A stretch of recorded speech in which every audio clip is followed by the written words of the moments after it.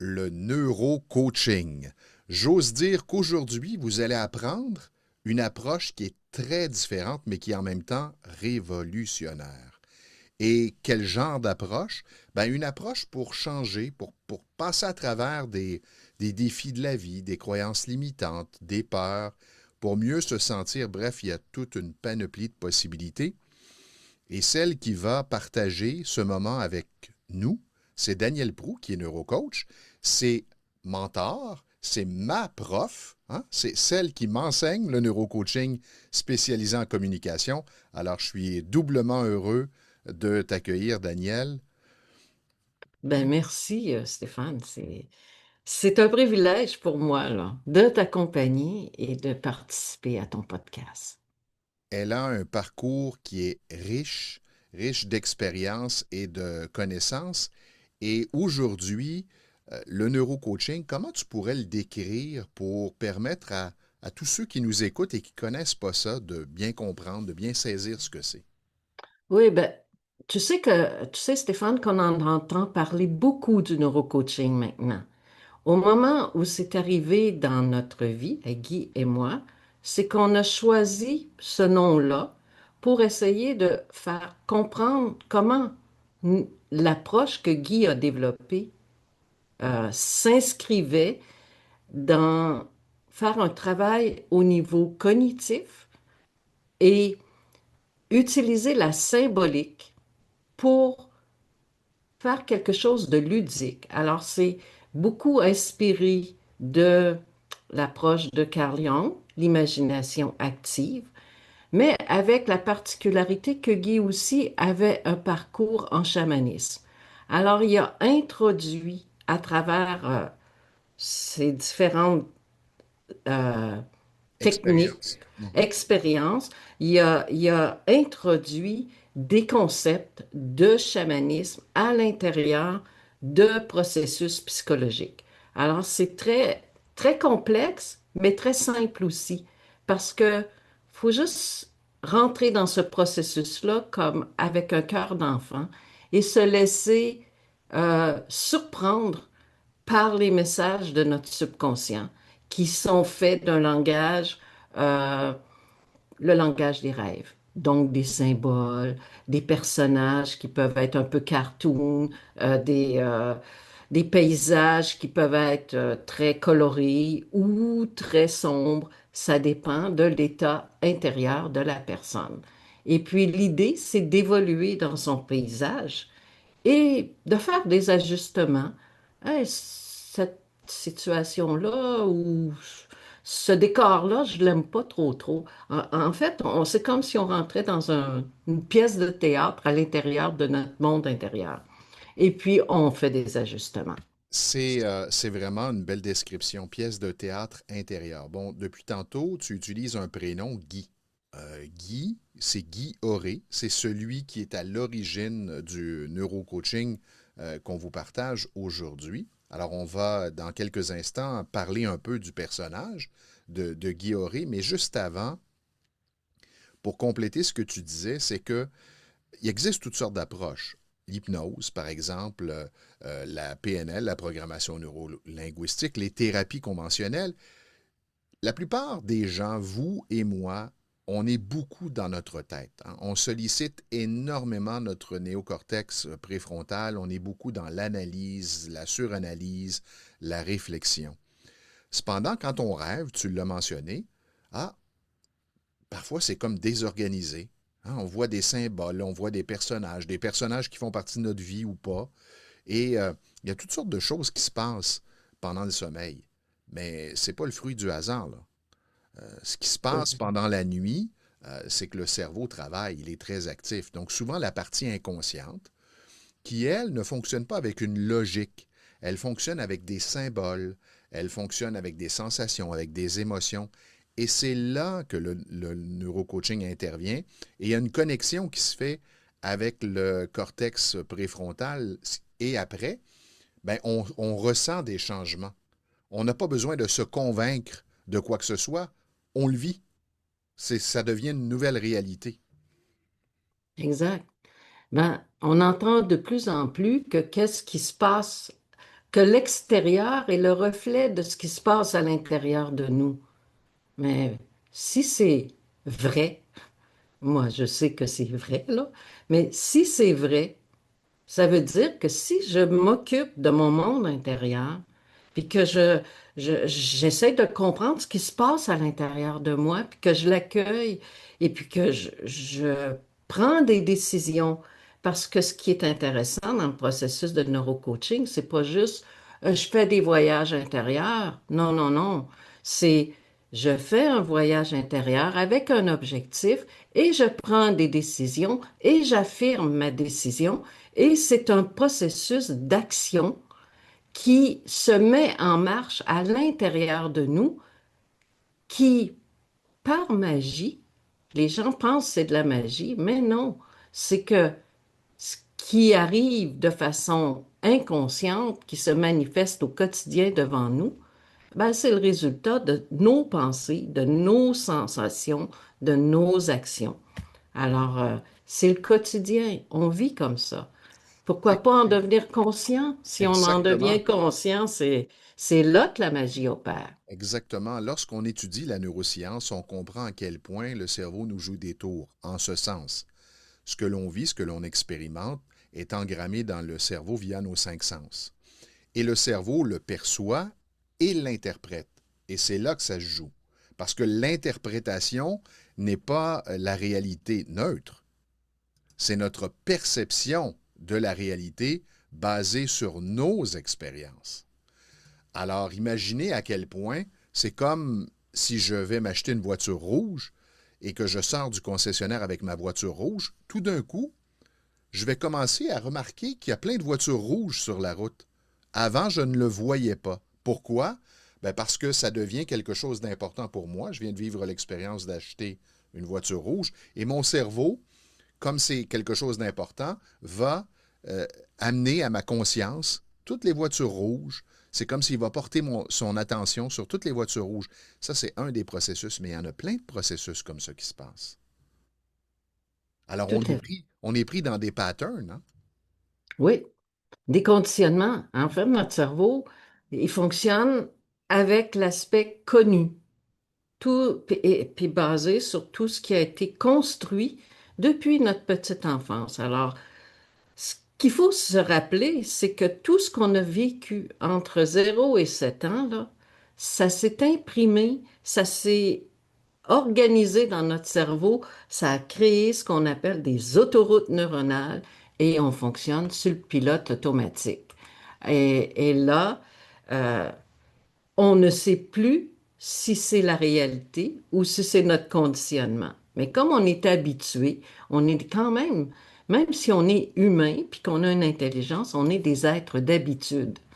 Et c'est, et c'est comme ça que le pilote automatique s'installe et qu'on comprend plus pourquoi telle chose, ça m'arrive tout le temps. Ben, c'est qu'il y a des cycles hein, dans l'organisation psychique qui sont installés. Et là, avec la conscience, on peut juste réajuster et changer le circuit neuronal, créer une petite route de campagne qui, en vivant une nouvelle expérience, devient du connu et comme elle devient du connu, elle est acceptée par le mental et par le cerveau analytique. Et puis là, c'est comme il se passe quelque chose de nouveau dans notre vie. Mais c'est pas quelque chose, ça demande pas un protocole A, B, C, D, ça demande de laisser accueillir l'imaginaire qui, lui, a une force de création très puissante. Je vais te demander de penser, pendant que je vais raconter un exemple, à une situation qu'une de tes clientes ou un de tes clients a vécu. Dans ma réalité, en prise de parole publique, bon, quelqu'un me dit, me consulte et me dit, moi, j'ai de la difficulté à m'exprimer en réunion. Je ne me sens pas du tout à ma place et j'ai tendance à me replier, à écouter, mais jamais à prendre place et à m'exprimer. Et on travaille sur, justement, avec l'approche de neurocoaching, sur la reconfiguration Une séance a suffi et dans les jours qui ont suivi, la personne en question s'est surprise à parler dans une réunion à 3 occasions. Et la première fois qu'elle a ouvert la bouche, tout le monde l'a regardée, tout le monde était surpris parce qu'elle ne parle jamais, et elle-même a réalisé, voyons, qu'est-ce qui vient de m'arriver? Elle n'a pas eu à se conditionner, ça s'est fait naturellement. Parce que Ouais. la peur est une barrière. Mais comme c'est pas une peur réelle, c'est une peur imaginée, une peur construite dans sa tête, ben pour elle, c'est une peur réelle. Mhm. Tout à Mais fait. c'est une peur imaginée, conditionnée, et lorsque la peur est plus là, ben la voie est libre. Et toi, de ton côté, qu'est-ce que tu pourrais nous raconter? Ben, moi, j'ai une femme, une jeune fille, une jeune femme qui était dans son processus d'apprentissage au cégep. Et puis, elle vient à mon contact tout simplement parce que elle vivait des choses difficiles au plan émotionnel. Mais elle n'arrivait pas à dire les choses. C'était comme tout pris à l'intérieur d'elle. Alors, je fais un processus avec elle, simple, mais construire des forces de sécurité à l'intérieur d'elle, des ressources de sécurité imaginaires. Et puis, dans les jours qui ont suivi, puis pour elle aussi, ça a été une révélation, une fille qui était continuellement timide, très introvertie, a commencé à poser des questions dans son cours. Et pour elle, ça a été une révélation. Qu'est-ce qui m'arrive? Et dans les jours qui ont suivi, c'est devenu comme une habitude. Elle prenait sa place. Et puis, dans les mois qui ont suivi, elle faisait aussi du maquina. Dans les mois qui ont suivi, elle est partie en Chine. Elle a fait, euh, ça a été comme pour elle une autoroute de révélation.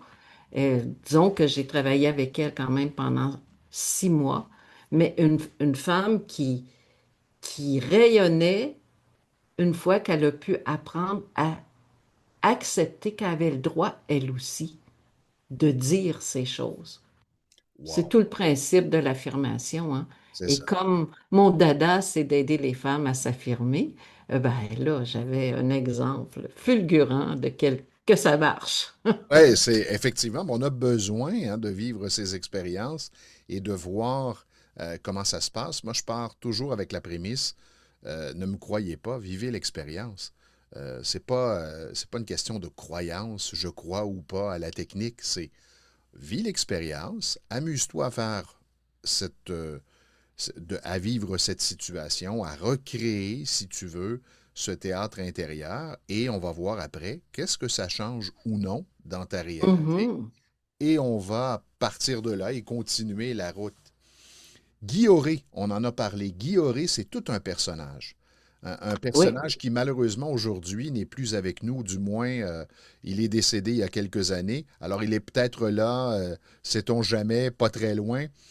C'est tout un personnage et ben, je pense que tu peux bien le décrire parce que tu l'as connu, très très bien connu, côtoyé pendant des années. Alors, qui est Guy Auré?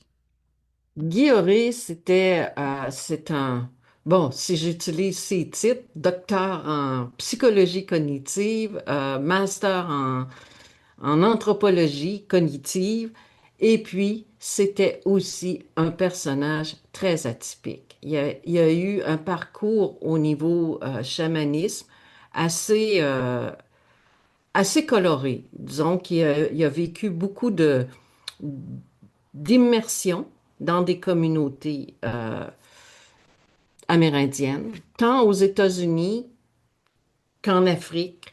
Bref, on peut faire une liste incroyable. Mais ce qui a été marquant dans sa vie, c'est il a vécu 1 an au Tibet avec les moines, dans un monastère tibétain, avec vœu de silence.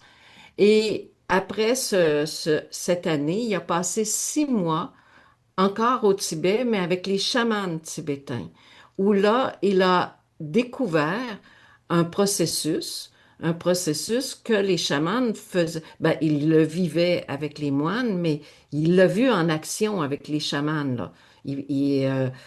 Où il répétait continuellement certaines phrases. Et puis lui, il a cherché. Puis là, il est allé voir dans les Upanishads en Inde et il a redécouvert tout le protocole de, que ces chamans faisaient. Et aujourd'hui, je l'utilise beaucoup. Ça s'appelle Neuroflow. Je l'utilise beaucoup comme outil pour amener les gens à déconnecter du mental et calmer le mode émotionnel réactionnel. Et puis, j'ai plusieurs clients présentement qui l'ont mis, qui le pratiquent, et puis ça change leur vie. Hein, ils vont, par exemple, j'ai une cliente qui avait affaire à un tribunal, aller au tribunal, c'est quand même anxiogène, là, aller au tribunal puis défendre son point de vue. Ben, elle a été félicitée par le juge. Tu sais, le juge, il a dit, je vous félicite de votre travail. Qu'est-ce que vous faites? Ben, cette dame-là, elle a juste accepté de faire l'expérience et ça l'a amené un calme nouveau dans sa vie. Et c'est pas des outils compliqués, c'est simple, mais il s'agit juste de le faire. Oui, c'est ça, exactement. Ça, Et c'est ça la magie de Guy, c'est il a découvert des outils dans le, puis il a enseigné aussi dans les écoles de mystère. Donc, il a vraiment rassemblé un paquet d'informations. Il l'a mis même sur un graphique, une synthèse. Il y avait un art de faire la synthèse de tout ce qu'il recevait. Donc, il a marié les neurosciences avec les écoles de mystère. Il a vraiment fait on pourrait dire un shake, mais lui, il en a fait une construction logique et facile d'accès et d'adaptation pour tout le monde. ouais, ce que je trouve particulièrement intéressant au départ de ma formation, c'était de voir le graphique, la logique, la structure chirurgicale. Alors, tout est très, très précis. Rien n'est Oui, laissé au hasard, là. Ce n'est pas, OK, je t'amène dans ton théâtre intérieur et tu crées n'importe quoi, là. Il y a une guidance, mais c'est toujours la personne qui fait ses choix. C'est toujours toujours. la personne qui raconte comment il vit l'expérience. Et nous, notre travail, c'est de bien l'accompagner, de lui poser les bonnes questions pour Ouais. lui permettre d'accéder à ses ressources. Et Guy, bon, Guy a enseigné le neurocoaching pendant quelques années, mais il a pratiqué aussi. Il avait un bureau aux États-Unis, il avait des clients de Ouais. renommée, des clients qui venaient d'un peu partout. Ben, en fait, l'ensemble de sa carrière, c'est qu'il a été coach. Il a commencé comme coach dans le film Apocalypse Now avec la brochette d'artistes qui étaient dans ce film. Et son défi, c'était que le film soit... Alors, lui, il a commencé comme cascadeur dans ce film-là c'était sa couverture pour faire de l'accompagnement, du coaching et s'assurer que le film arrive parce qu'il est engagé à ce moment-là par des compagnies d'assurance hein, qui payent. Hein. Tant que le film n'est pas fini, il y a des frais. Alors, c'est comme ça qu'il a commencé sa carrière dans le domaine artistique et après, il a été appelé sur différents tournages pour coacher des artistes et entre autres Michael Douglas qui avait un problème d'avion, il avait de la misère à aller en avion. Alors, par le coaching de Guy, par contre, il y avait un coaching assez spécial, hein. C'est comme il était pas, c'était aussi un homme d'action. Alors, quand les gens vivaient des choses assez particulières, il les confrontait à la réalité et les accompagnait là-dedans. Et il a fait aussi au Québec, il a accompagné des groupes de développement personnel. En fait, son coaching s'est transformé au cours des années. En travaillant ici au Québec avec les artistes, c'est devenu du coaching de développement personnel, de la croissance personnelle. Et il amenait les artistes à explorer leur monde intérieur. Et entre autres, il y a un artiste qui a développé tout son art. Euh, il était beaucoup exposé, Werner, il était beaucoup exposé dans le Nord, là, de ses toiles. Bref, plein d'artistes sont venus à son contact. Il a beaucoup coaché aussi Nicolas Cage. Euh, une qui a été très, très particulière et que c'est même écrit sur Wikipédia, c'est, oh mon Dieu, j'arrive pas à dire son nom, Cyndi Lauper. Cyndi Lauper, c'est ça, hein? Cyndi Lauper qui avait perdu la voix, ben, ça va te parler, hein, qui avait perdu la voix, qui vivait des stress chroniques et émotionnels assez intenses. Pendant la période où Guy l'a coaché, il lui a fait faire le fameux processus de neuroflow. C'était super important dans sa discipline. À tous les jours, elle devait faire ça. Et puis, à force de retravailler son équilibre émotionnel, parce que c'est ça que ça l'a amené, hein, ça l'a amené un équilibre émotionnel, eh bien, elle a retrouvé la voie. Et puis, et puis ça, c'est un de ses grands succès qui a été mis un peu en évidence, même par Cindy, qui était super contente, hein, Et après, Reconnaissance, hein? Ouais. il l'a accompagnée dans différents projets ici au Québec, parce qu'à ce moment-là, il travaillait aussi avec des sportifs de haut niveau. Alors, sa carrière a été assez colorée. Tu sais, si je veux dire, en faire le tour, ça me prendrait des années pour essayer de retracer tout ce qu'il a pu faire avant que je le connaisse. Moi, je l'ai connu en l'an 1999, juste avant le tournant 2000. Et en l'an 2000, lui est allé faire son dernier voyage anthropologie. Il a passé la transition avec les Pygmées en Afrique. Ouais. Wow. Alors, c'est Alors, vraiment quelqu'un qui a un parcours atypique. C'est oui, impressionnant quand on se met à étudier justement son parcours, à observer tout ce qu'il a fait, ce qu'il a découvert. Et pour le vivre, moi, le neurocoaching, ben, c'est vraiment fascinant.